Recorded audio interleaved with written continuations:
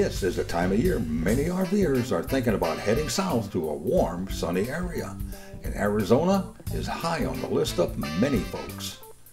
This week, we rejoin Evanne Schmarder in sunny Tucson, Arizona, as she shows us around some of her favorite spots to visit and grab some great southwestern food and drinks. We'll also check out a couple of the RV parks in and around the Tucson area. Feeling safe and confident when towing your trailer is priority one, and having the correct towing package is crucial. Later, Jeff Johnston shows us how to set up the proper towing package on your tow vehicle. These stories and more on this week's Rollin On TV.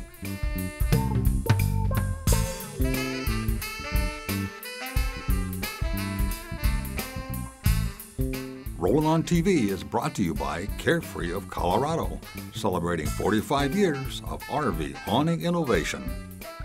Closed and Spanish captioning, where available, is sponsored by Jayco. At Jayco, we've been making family dreams come true since 1968.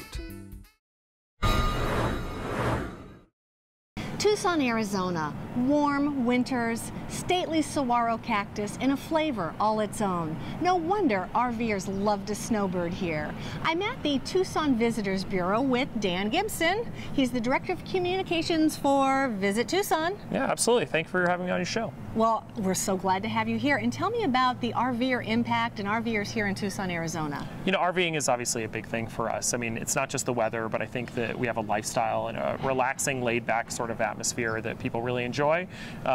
That being said, there's plenty to do and plenty to see, so it's a nice combination for people here. Do you know how many RVers are here?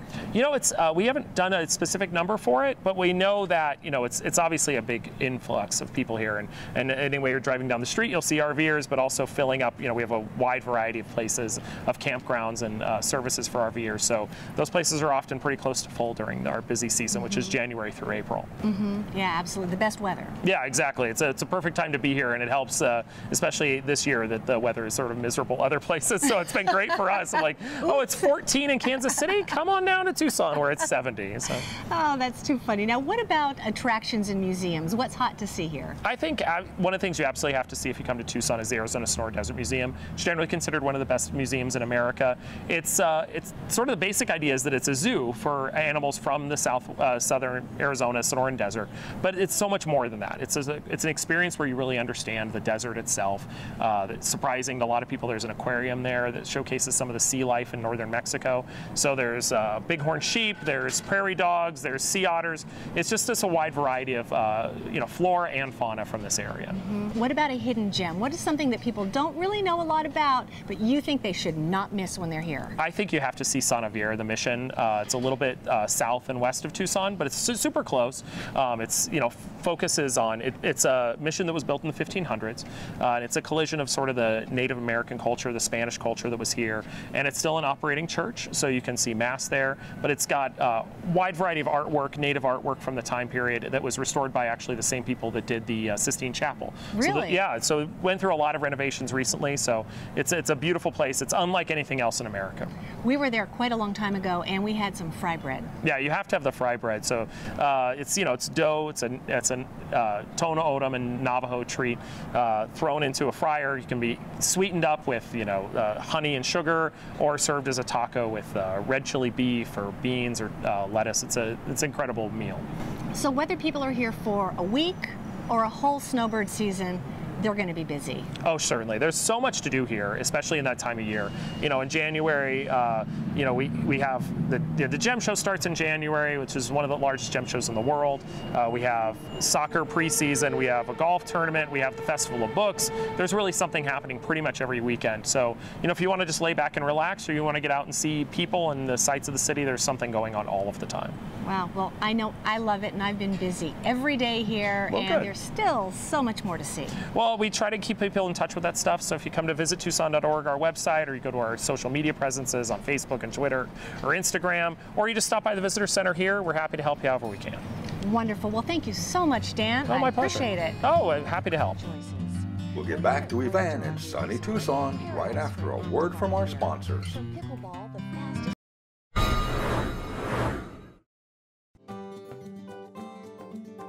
Someone once said, the camping doesn't really start until the RV awning comes out. Whoever said that really knew what they were talking about. Carefree of Colorado, celebrating 45 years of RV awning innovation. For more information, visit our website at carefreeofcolorado.com.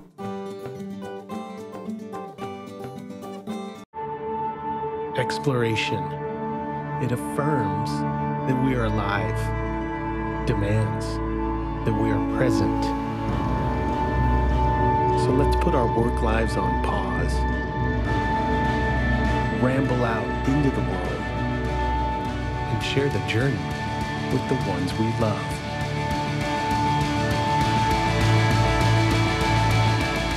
For more information, visit lancecamper.com. Join Rollin On TV as we proudly bring you the 2019 RV Business Magazine RV of the Year Award Show.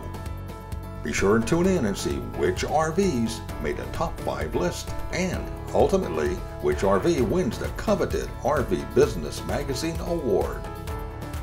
This year's award show is sponsored by Air Excel, Reinventing Comfort, Cummins, our energy working for you, LaSalle Bristol, differentiation through service and innovation, and Thetford, going places. The RV of the Year Award Show begins airing the week of January 13th on all our stations and networks. You can also watch the show on YouTube, Vimeo, and on RollinOnTV.com.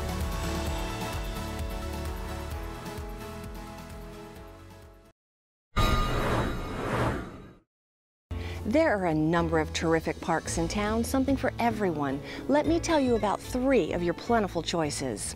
We're here at Voyager RV Resort, paradise for an active RVer. From pickleball, the fastest growing senior sport in the U.S. and a cross between tennis and ping pong, to golf, to art such as stained glass and lapidary, pools, spas, saunas, and a workout room, to concerts, discussions, and events, you'll find plenty to do at Voyager.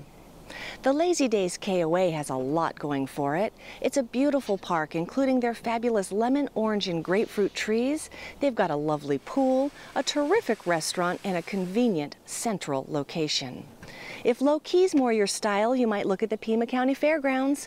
With easy I-10 access, it's perfect for just soaking up the Tucson sun, and it's an inexpensive, basic choice. So what is there to do after you've found your perfect Tucson RV spot? Plenty. Farm markets, fabulous sunsets, festivals galore, miles of bike trails, and 5 mountain ranges will definitely catch your attention. Tucson is home to the globally recognizable saguaro cactus, well preserved in 2 national parks, Saguaro National Park East and West, as well as the spectacular Catalina State Park. These gems offer hiking trails and picnic shelters, loop drives, and up-close views of this desert cactus that grows nowhere else in the world except right here in the Sonoran Desert. If art is more your thing, don't miss the DeGrazia Gallery in the Sun on the north side of town. DeGrazia was famous for his impressionistic paintings of Native Americans and children. He's also famous for burning a number of his originals. It's said to have been $1.5 million worth in protest of the inheritance tax. Enjoy a stroll through the museum, his home and studio, and don't miss the simple but spectacular Mission in the Sun, showcasing DeGrazia's hand-painted frescoes. Fabulous.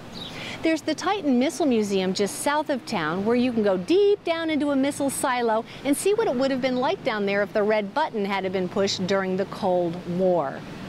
Does science capture your imagination? Then you're going to really love Biosphere 2, now run by the University of Arizona. Of course, Biosphere 1 is the planet Earth. You might recall that in the early 90s, scientists known as biospherians were sealed inside the glass dome for 2 years, conducting Earth science research and growing most of their food in this man-made environment. Today you can tour the biosphere, see the biomes, walk the grounds, and learn more about how these folks lived, cooked, and recreated. Like my pal Dan at the Tucson Visitor Center mentioned, Tucson is reinventing itself as a foodie destination, and your dining options are many, from fine and fancy to simple and delicious. For example, on my way out to a hike, I often stop at a local sandwich joint, Beyond Bread, and pick up one of their fabulous flagship sandwiches to share with my husband Ray. It's so good. Sunday mornings are reserved for my favorite Tucson food truck, Planet of the Crepes, at St. Philip's Farmers Market. They're experts at using farm-fresh products from the market vendors to produce mouth-watering meal-sized crepes. Yum! One of my favorite local gem spots to sit down and enjoy a relaxing meal is Poco and Mom's Cantina, perfectly located for delicious dining after a drive to the top of Mount Lemon or a hike through Sabino Canyon. Score a table on their patio, enjoy the fabulous weather, ambiance, and the terrific New Mexican-style food. Oh, Taylor, thank you. Oh my gosh, this looks great. Goodness knows there's so much more I could tell you about Tucson, but I suggest you come on down yourself and design your own Southern Arizona snowbird adventure. I'm Evanne from sunny Tucson, Arizona. Cheers. Coming up after the break, we'll join Jeff in Oregon as he shows us how to install the proper towing package. We'll be right back.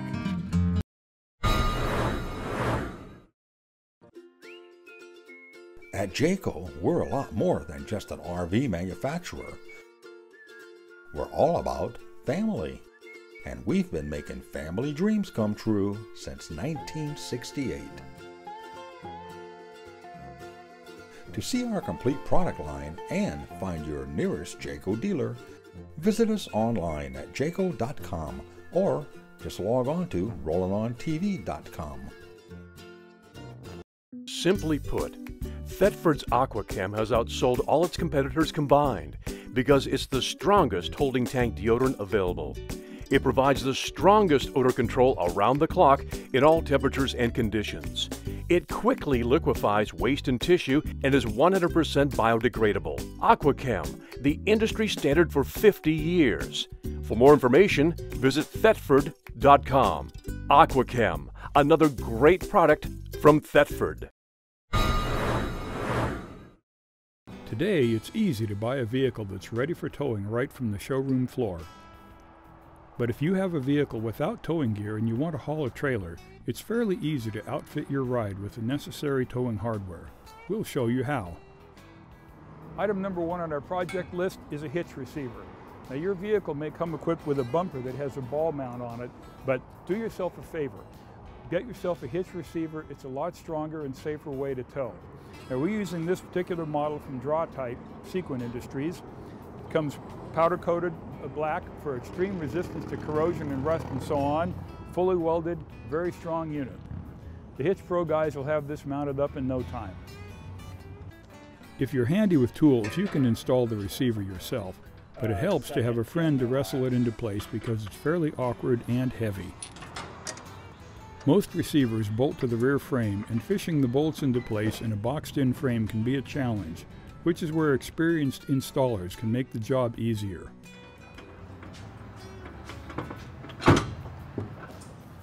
The trailer wiring plug often fastens to the receiver, so installing it is the next step after the receiver is in place. The plug needs to be fairly close to the receiver and easily accessible when connecting the trailer. Routing the plug wiring forward to the engine compartment and into the cab calls for making sure it's in safe locations where it won't be damaged by moving parts or burned by hot exhaust system components. Zip ties and protective wire sleeves are used throughout to secure the lines and guard against damage. A bit of extra time at this stage pays off later in reliability. Excess wiring is neatly bundled with zip ties and electrical tape. With the wiring in place, we move on to the brake control. The brake control we're using is a Tekonsha Model P3, kind of a higher end product. This will handle as many as 4 axles, which is a lot more than our little Nissan truck can take. Has the usual manual brake application lever on the bottom for emergency trailer braking. And it has a digital readout here. And this unit can be customized. It has a memory, so you can program it for towing characteristics for up to 5 different trailers. Plus, the readout gives you all kinds of different diagnostic feedback information about the trailer. Short circuits, excess power drain, open circuits, and so on. It's a pretty handy unit. It's going to work pretty well for this application. It's important to choose the right spot for the brake control. So with the brake control, there's a couple things you want to do before you get ready to mount it. You want to look at areas that's going to be accessible. You want to keep it out of your knees. Generally on the left-hand side is going to be getting hit with your knee a lot. So to the right side is the best place to place. You want it high enough to reach, but not too low that's out of reach.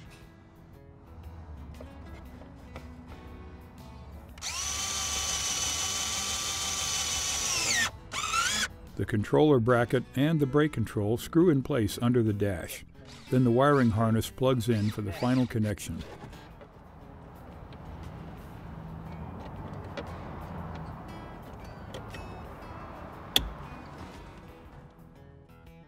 The P3 information screen gives you easy access to adjusting the display and its color, the type of trailer brakes, a help menu with language and other parameters, plus a variety of other towing-related important information.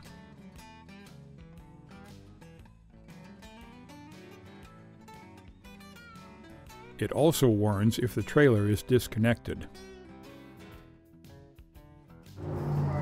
So there's a left turn signal. That's coming out of the plug. There's a right turn. The Hitch Pro test box verifies that all the wiring is in order. When it comes to outfitting your tow vehicle, you have a virtually unlimited array of gadgets and accessories you can add.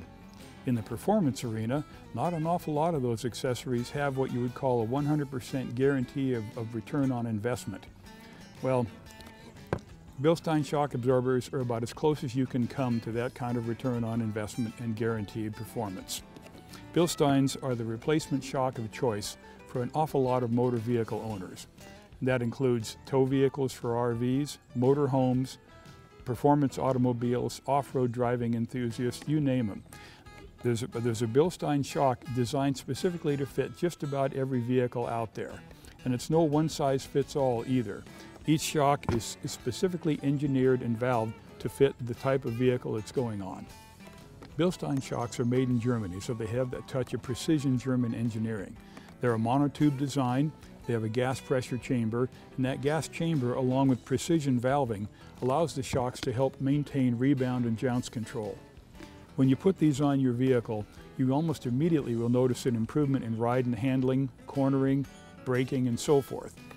In the long run, Bilsteins also help to reduce tire wear because it helps to control tire rebound, keeps them in contact with the pavement where they belong instead of scuffing up and down. Now, of course, we've already added our receiver, brake control, and wiring.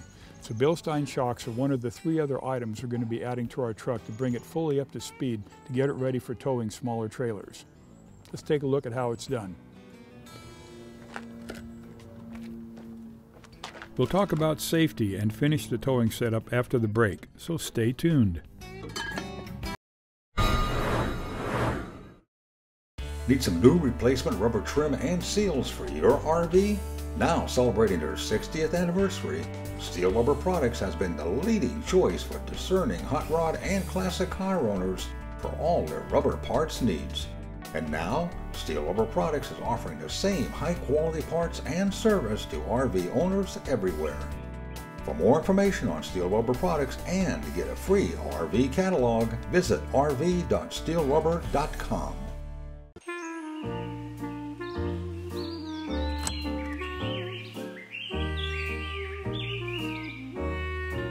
When you have a Truma AquaGo instant hot water system, you can expect to make a lot of new friends.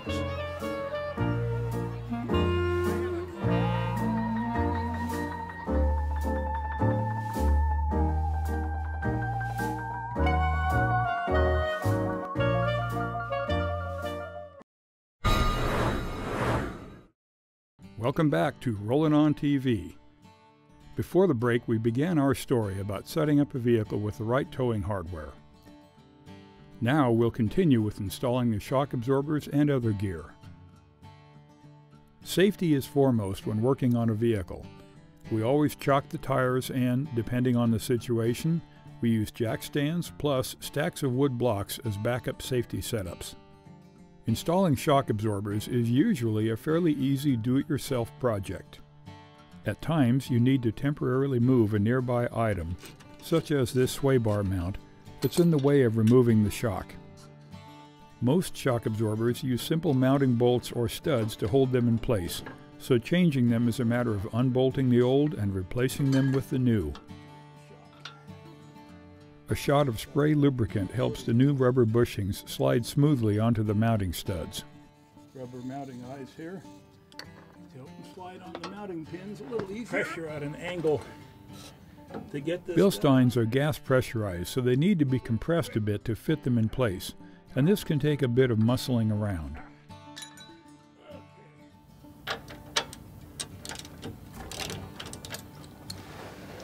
We left the rear tires in place for the rear shock job, but we removed the front tires for easier shock access. A top stud and bottom bolt hold the front shocks in place. Replacement with the new Bilsteins is a fairly easy remove and install process.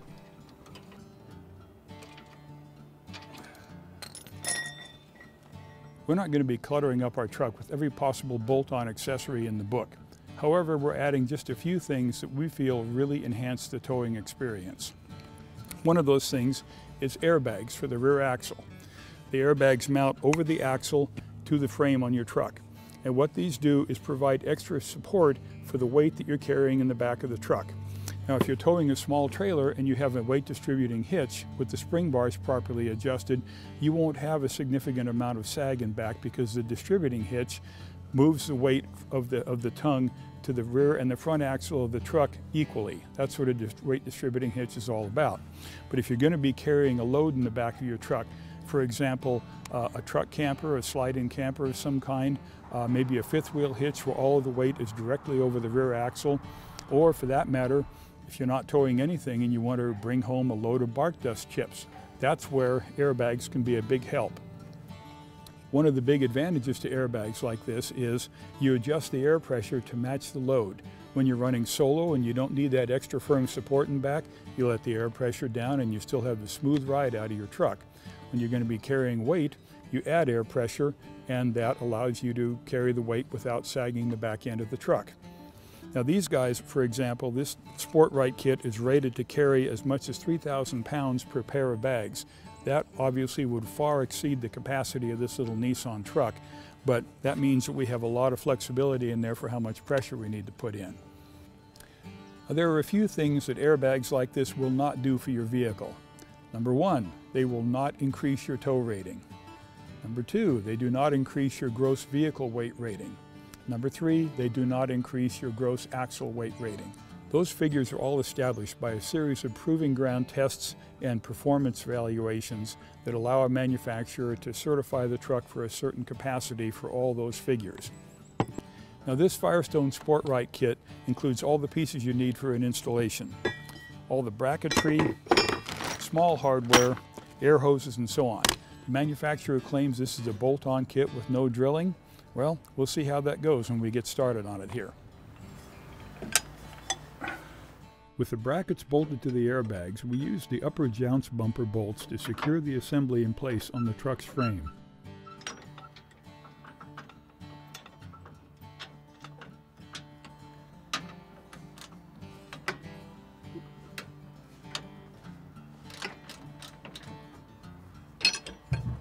Adding the lower bracket strap is also an easy bolt-on assembly to the leaf spring pack.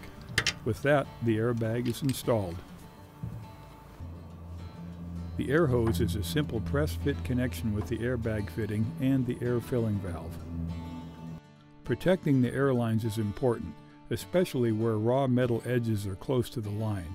So we used rubber tubing and the kit's heat shield braided cover, plus zip ties to keep the air lines intact and leak-free. We chose a well-protected but accessible spot at the back of the bed for the air inflation valve.